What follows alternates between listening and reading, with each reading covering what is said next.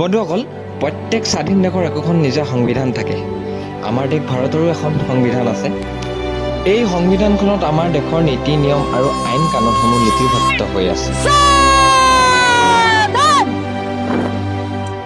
এয়া দেখিছে বন্ধুসকল, ৰাষ্ট্ৰপতি ৰাজেন্দ্ৰ প্ৰসাদ ঘোঁৰা বাগিখনত 1950 চনত নতুন দিল্লীৰ ৰাজপথত গণৰাজ্য দিৱসৰ পেৰেডত ভাগ ল'বলৈ সাজু হোৱা একেই দৃশ্য।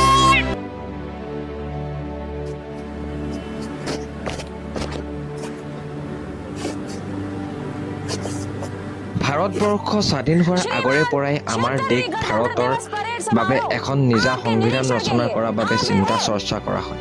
ইয়াৰ বাবে 1944 চনত এখন সংবিধান সভা গঠন কৰা হয়। এই সংবিধান সভাই ভাৰতৰ বাবে এখন সংবিধান ৰচনাৰ কাম আৰম্ভ কৰে।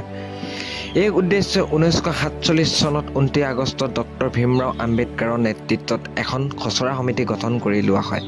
1949 চনৰ 26 নৱেম্বৰত এই খচৰা সমিতিখন প্ৰায় 3 বছৰ কাল অশেষ পৰিশ্ৰম কৰি সংবিধানখন গঠন কৰি উলিয়াই কাম সম্পূৰ্ণ কৰে।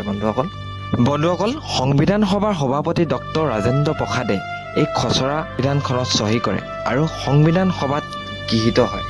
1950 চনৰ 26 জানুৱাৰীৰ পৰা এই সংবিধানখন সম্পূৰ্ণৰূপে কাৰ্যকৰী কৰা হয়। ভাৰতৰ এই সংবিধানখন অনুসৰি ভাৰতবৰ্ষ এখন সাৰ্বভৌম সমাজবাদী ধৰ্ম নিৰপেক্ষ গণতান্ত্ৰিক গণৰাজ্য। তেতিয়াৰ পৰাই ভাৰতবৰ্ষ প্ৰতি বছৰে 26 জানুৱাৰী দিনটো গণতন্ত্ৰ বা গণৰাজ্য দিৱস হিচাপে পালন কৰি আহিছে বন্ধুসকল।